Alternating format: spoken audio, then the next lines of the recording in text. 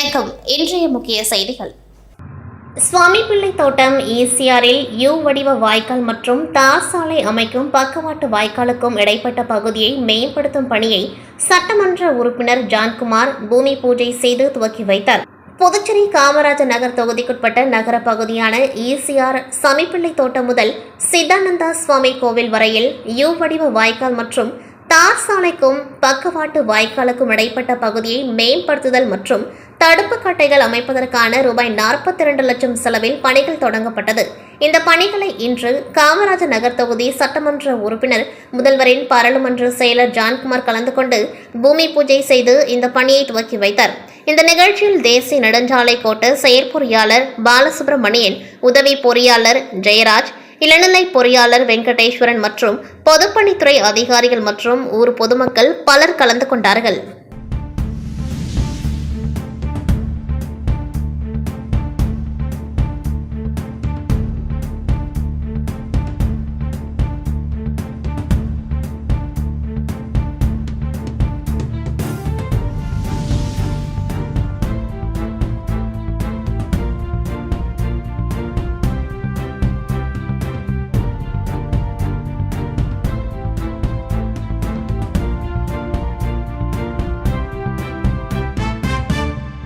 கடலூர் அதிமுக பிரமுகர் புதுச்சேரியில் வெட்டி கொலை செய்யப்பட்ட வழக்கில் 4 பேரை பிடித்து போலீசார் தீவிர விசாரணை செய்து வருகின்றனர். மேலும் தலைமறைவாக உள்ள 3 பேரையும் தேடி வருகின்றனர். கடலூர் திருப்பாதிரிப்புலியூர் நவநீதம் நகரை சேர்ந்தவர் பத்மநாபன்.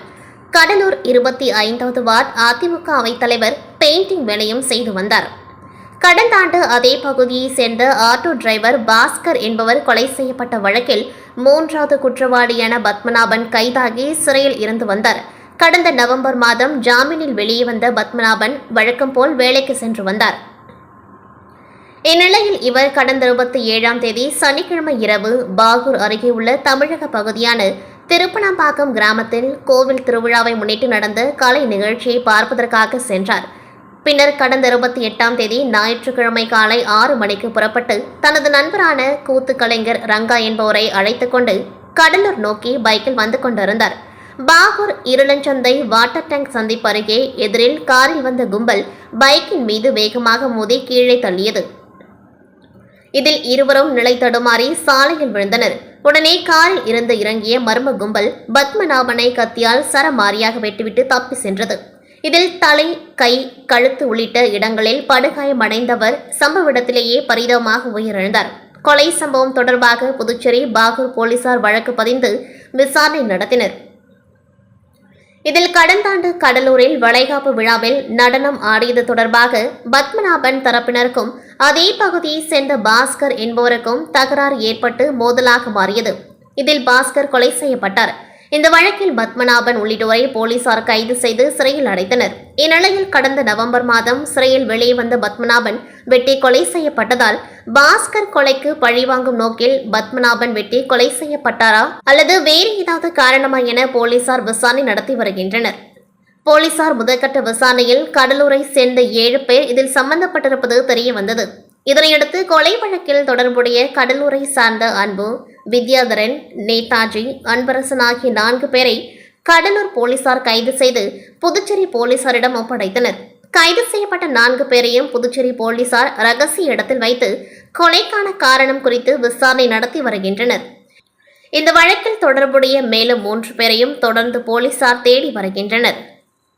புதுச்சேரி தீயணைப்புத்துறை சார்பில் திருக்கனூர் தீயணைப்பு நிலையத்தில் ஊழியர்களுக்கான குடியிருப்பு கட்டடங்கள் ரூபாய் 21 லட்சம் மதிப்பீட்டில் புனரமைக்கப்பட்டு திறப்பு விழா நடைபெற்றது. விழாவில் தொகுதி சட்டமன்ற உறுப்பினரும் உள்துறை அமைச்சருமான நமச்சிவாயம், தீயணைப்புத்துறை அமைச்சர் சாய் சரவணகுமார் ஆகியோர் கலந்து கொண்டு ஊழியர்கள் குடியிருப்புகளை ரிப்பன் வெட்டி திறந்து வைத்தனர்.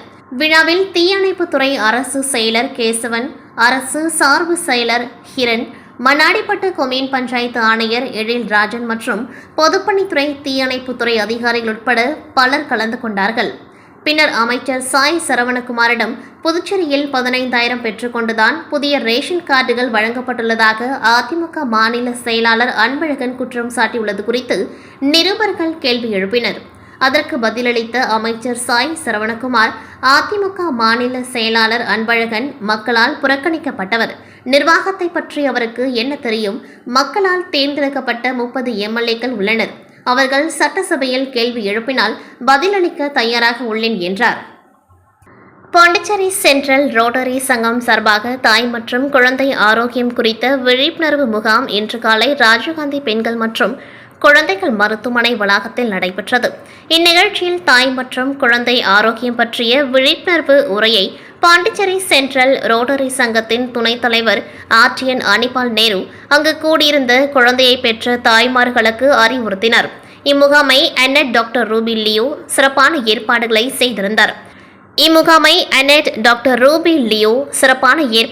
செய்திருந்தார். இம்முகாமின் இறுதியாக ரூபாய் 12,500 செலவில் 60 குழந்தை பராமரிப்பு கிட்களை நிகழ்வில் கலந்து கொண்ட தாய்மார்களுக்கு விநியோகிக்கப்பட்டது.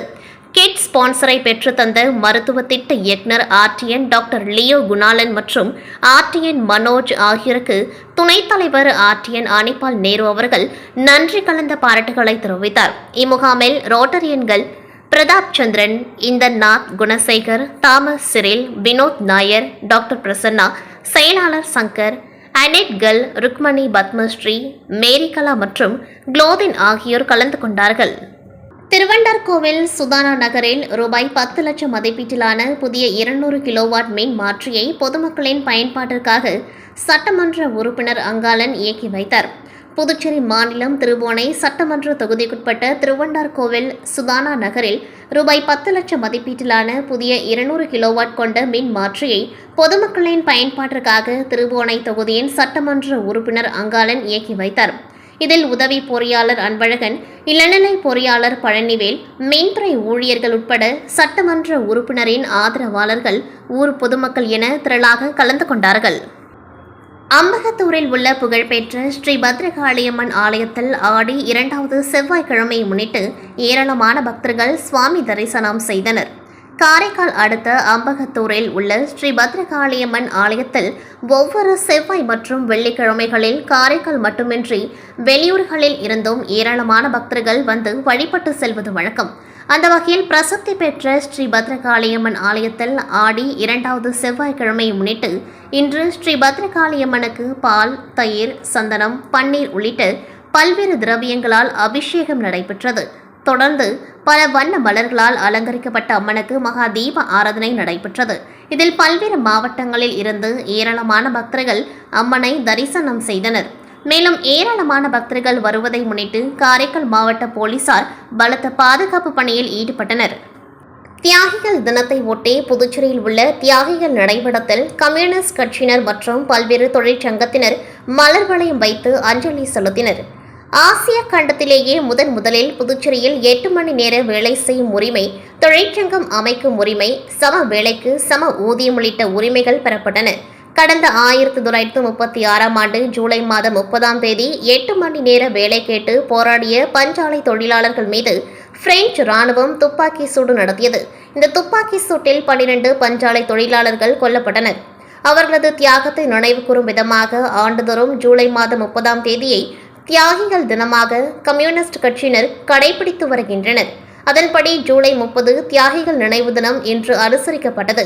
இதையொட்டி புதுச்சேரி கடலூர் சாலையில் அலங்கரித்து வைக்கப்பட்டிருந்த தியாகிகளை நடைபடத்தில் இந்திய கம்யூனிஸ்ட் உள்ளிட்ட பல்வேறு தொழிற்சங்கத்தினர் மற்றும் தொழிலாளர்கள் மேளதாளங்களுடன் ஊர்வலமாக வந்து மலர் வளையம் வைத்து அஞ்சலி செலுத்தினார்கள். காலி பணியிடங்களை நிரப்ப வேண்டும், விடுபட்ட நோயாளி கவனிப்பு படியினை வழங்க வேண்டும் உள்ளிட்ட பல்வேறு கோரிக்கைகளை வலியுறுத்தி புதுச்சேரி அரசு சுகாதார ஊழியர் சங்கங்களின் சம்மேளனம் சார்பில் அரசு மருத்துவமனை முன்பு தர்ணா போராட்டம் நடைபெற்றது. புதுச்சேரி சுகாதாரத்துறையில் காலியாக உள்ள பணியிடங்களை நிரப்ப வேண்டும், விடுபட்ட நோயாளி கவனிப்பு படி வழங்க வேண்டும், நிலுவையில் உள்ள நர்சிங் அலவன்ஸ் தொகையை வழங்க வேண்டும் உள்ளிட்ட பல்வேறு கோரிக்கைகளை வலியுறுத்தி புதுச்சேரி அரசு சுகாதார ஊழியர் சங்கங்களின் சம்மேளனத்தினர் 50க்கும் மேற்பட்டோர் அரசு மருத்துவமனை முன்பு தர்ணா போராட்டத்தில் ஈடுபட்டனர். அப்பொழுது தங்களது கோரிக்கைகளை நிறைவேற்ற அரசை வலியுறுத்தி கோஷங்களை எழுப்பினர். புதுச்சேரி லாஸ்பேட்டை அருள்மிகு சிவசுப்பிரமணிய சுவாமி தேவஸ்தானத்தில் ஆடி கிருத்திகையை முன்னிட்டு அலங்கரிக்கப்பட்ட தங்கத்தேரில் முருகப்பெருமான் உட்புறப்பாடு நடைபெற்றது. புதுச்சேரி லாஸ்பேட்டை பகுதியில் அமைந்துள்ளது அருள்மிகு சிவசுப்பிரமணிய சுவாமி தேவஸ்தானம். இந்த தேவஸ்தானத்தில் எழுந்தருளி உள்ள அருள்மிகு தேவசேனா சமேத முருகப்பெருமானுக்கு ஆடி கிருத்திகையை முன்னிட்டு காலை சிறப்பு அபிஷேகம் செய்யப்பட்டது. தொடர்ந்து இரவு சொர்ணங்களால் அலங்கரிக்கப்பட்ட ஸ்ரீவள்ளி ஸ்ரீ தேவசேனா சமேத முருகப்பெருமானுக்கு சோடச தீப ஆராதனைகள் காட்டப்பட்டு தங்கத்தேரில் வைக்கப்பட்டு அரோகரா கோஷத்துடன் உட்புறப்பாடு நடைபெற்றது. இதில் பக்தர்கள் பலரும் கலந்து கொண்டு முருகப்பெருமானை வழிபட்டு சென்றனர்.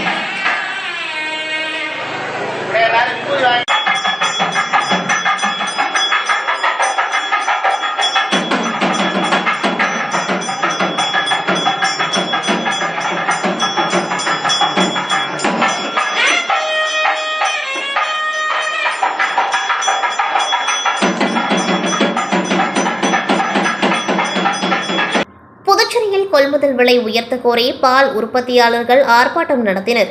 பால் உற்பத்தியாளர் நலவாரியம் அமைக்க வேண்டும் என வலியுறுத்தினர்.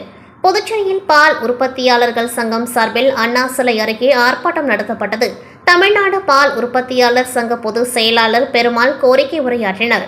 புதுவை சங்க தலைவர் அன்புமணி உட்பட 100க்கும் மேற்பட்ட பால் உற்பத்தியாளர் சங்க நிர்வாகிகள் பலர் கலந்து கொண்டு கோரிக்கைகளை வலியுறுத்தி கண்டன கோஷங்களை எழுப்பினார்கள்.